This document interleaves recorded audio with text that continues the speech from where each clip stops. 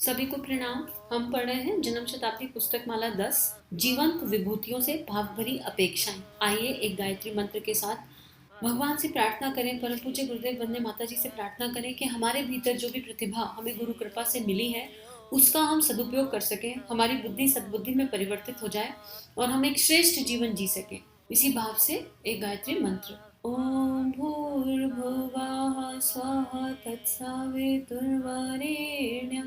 भर्गो देवस्य धीमहि धियो यो नः प्रचोदयात्।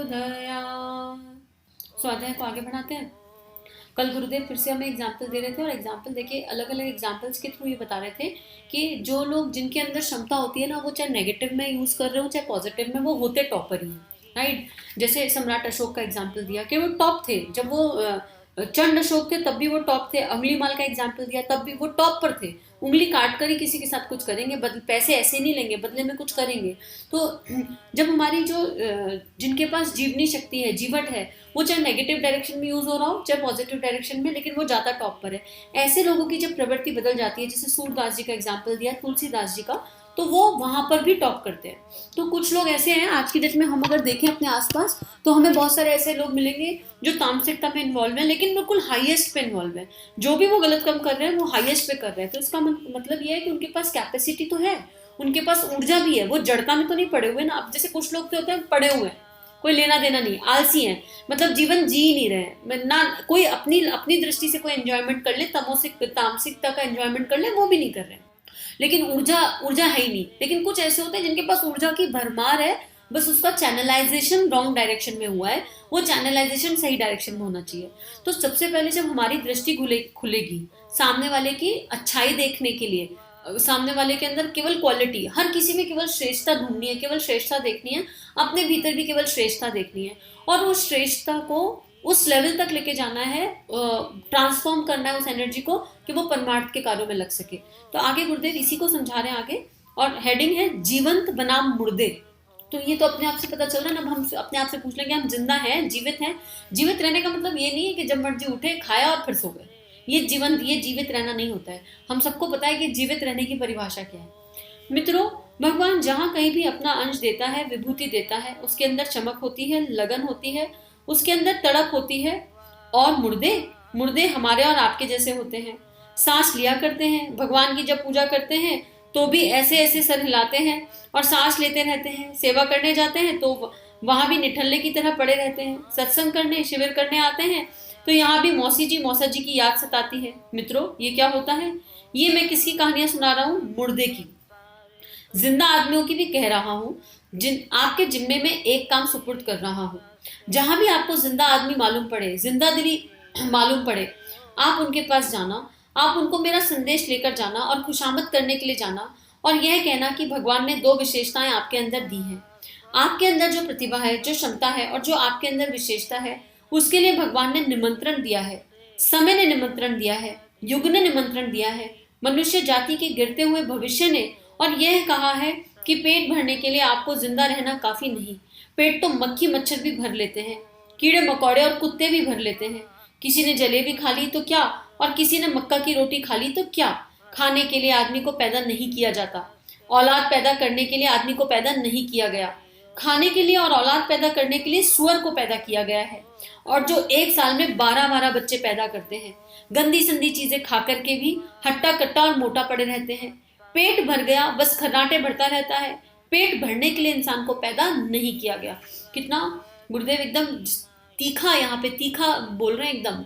और अब हमें हमसे भी कह रहे हैं कि अगर हमें अपने आसपास कोई ऐसा व्यक्ति दिखाई दे जिसमें प्रतिभा तो है लेकिन उसका चैनलाइजेशन नहीं है, तो पहले तो उसके लिए कोई धारणा नहीं बनाएंगे, पहला स्टेप। उस व्यक्ति के बारे में कुछ गलत नहीं सोचेंगे, दूसरा स्टेप उसके अंदर क्वालिटी है, इसको जानेंगे और समझेंगे, और हमें उस क्वालिटी, उस ऊर्जा को हम देख पा रहे हैं, गुरु कृपा है, तो अगले स्टेप पर उसको ये वाली बुक दे देंगे। एटलीस्ट समझ में तो आएगा सामने वाले व्यक्ति को कि मेरे में प्रतिभा है।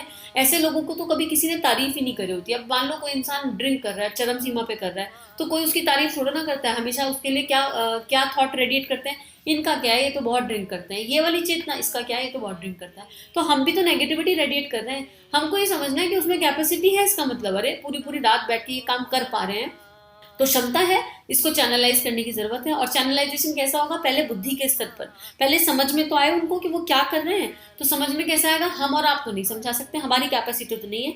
ये किताब पकड़ा सकते हैं, हार्ड कॉपी में पकड़ाइए चाहे ऑडियो के फॉर्म में पकड़ाइए, पकड़ा दीजिए कि भैया उनसे कहो कि कुछ नहीं समझ में आए, रोज इसे सुन लो, ये 5-6 ऑडियो बने हैं, इनको बार बार सुन लो और देखो कि तुम्हारी छुपी हुई प्रतिभा क्या है और तुम उसको कैसे वेस्ट कर रहे हो। अपनी प्रतिभा का इन्वेस्टमेंट करोगे तो रिटर्न में कुछ मिलेगा, और इस वेस्टेज से तो कुछ हासिल होने वाला नहीं है। तो यही बात गुरुदेव हमें कह रहे हैं और हमारे जिम्मे एक जिम्मेदारी है। तो सबसे पहले हमें पता है किसे देखना है?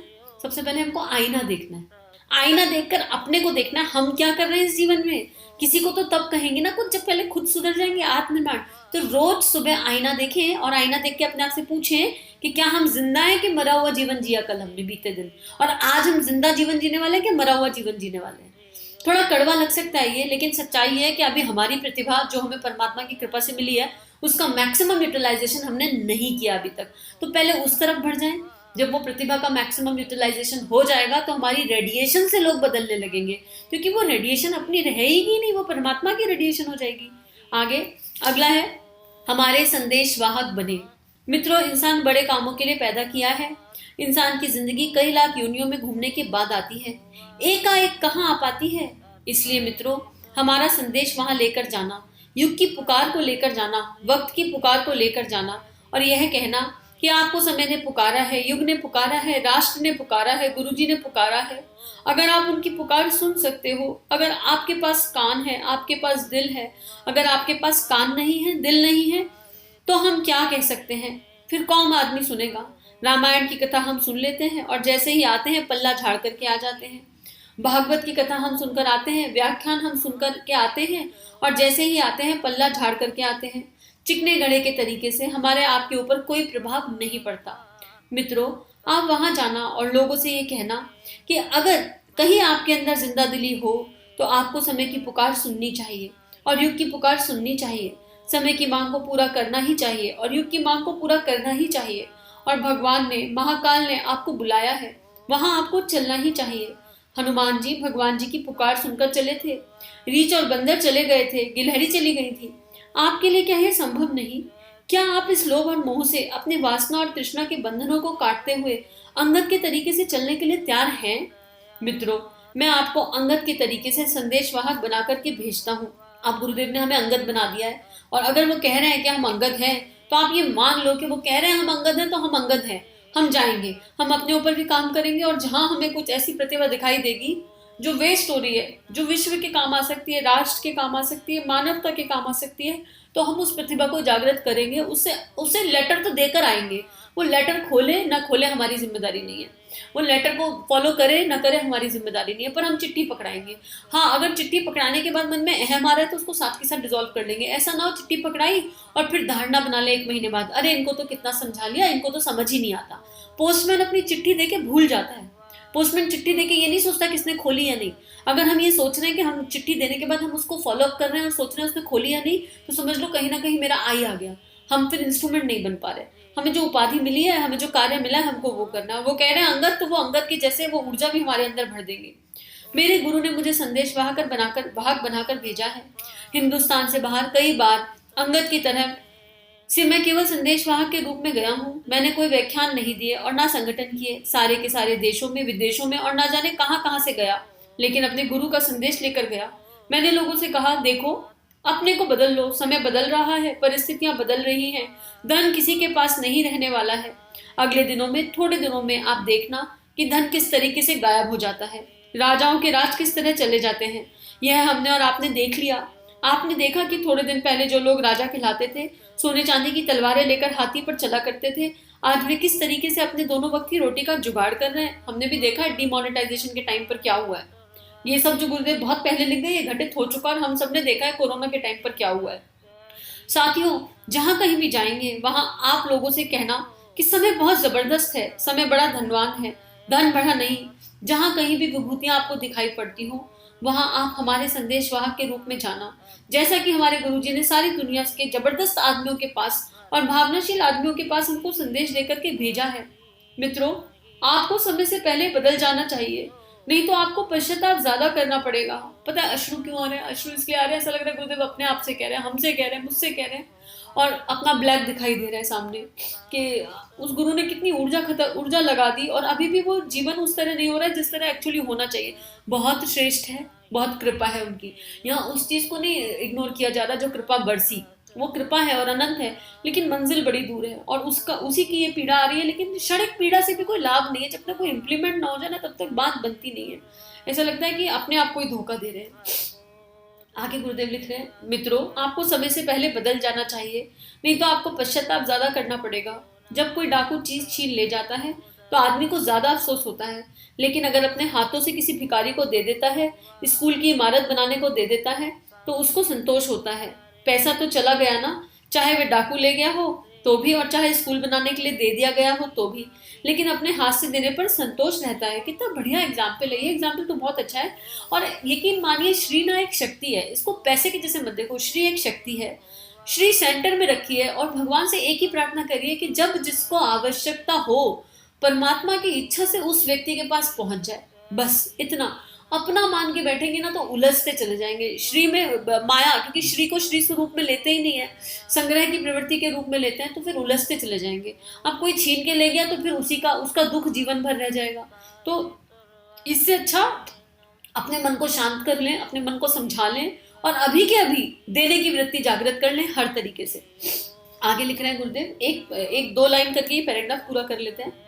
अतः आप लोगों से कहने के लिए जाना है कि अब युग बदल रहा है, समय बदल रहा है, युग की धाराएं बदल रही हैं, धन के बारे में मूल्यांकन बदल रहा है। धन लोगों के पास रहने वाला नहीं है, धन बहुत तेजी से चला जाने वाला है। आप देख नहीं रहे क्या गवर्नमेंट क्या क्या कर रही है? मृत्यु टैक्स लगा रही है, संपत्ति टैक्स लगा रही है, दूसरे टैक्स लगा रही है। अब अगले दिनों जो गवर्नमेंट आने वाली है, अगले दिनों जो समय आने वाला है, उसमें रशिया वाला कानून लागू हो जाएगा, चाइना वाला कानून लागू हो जाएगा। हमको और आपको बस हाथ पांव से मेहनत करनी पड़ेगी, परिश्रम करना पड़ेगा और उस मेहनत के बदले में जो खुराक हमको मिलनी चाहिए, जो रोटी हमको मिलनी चाहिए, वह मिल जाएगी। खुराक की सारी चीजें मिल जाया करेंगी। अब गुरुदेव ने क्लियर कर दिया क्योंकि मैक्सिमम लोग क्यों भाग रहे हैं। मैक्सिमम लोग रोजी रोटी के लिए भाग रहे हैं, संग्रह के लिए भाग रहे हैं। ये प्रॉपर्टी बना ले, वो प्रॉपर्टी बना ले, बच्चों की पढ़ाई, बुढ़ापे का सहारा, उनका आगे का भविष्य। प्रेजेंट नहीं दिख रहा, देश समाज नहीं दिख रहा और अपनी वृत्तियों में उलझ के भागे जा रहे हैं और सोच रहे हैं पैसे से सुख है। जितने भी लोगों को आप जानते हो ना आज की डेट में, जिनके पास बहुत पैसा है और जो करोड़पति है और जिनमें देने का भाव नहीं है, उनके जीवन को गहराई से जाके देख लो। गारंटी है अगर जो सुखी हो 100% कुछ ना कुछ खालीपन होगा अंदर।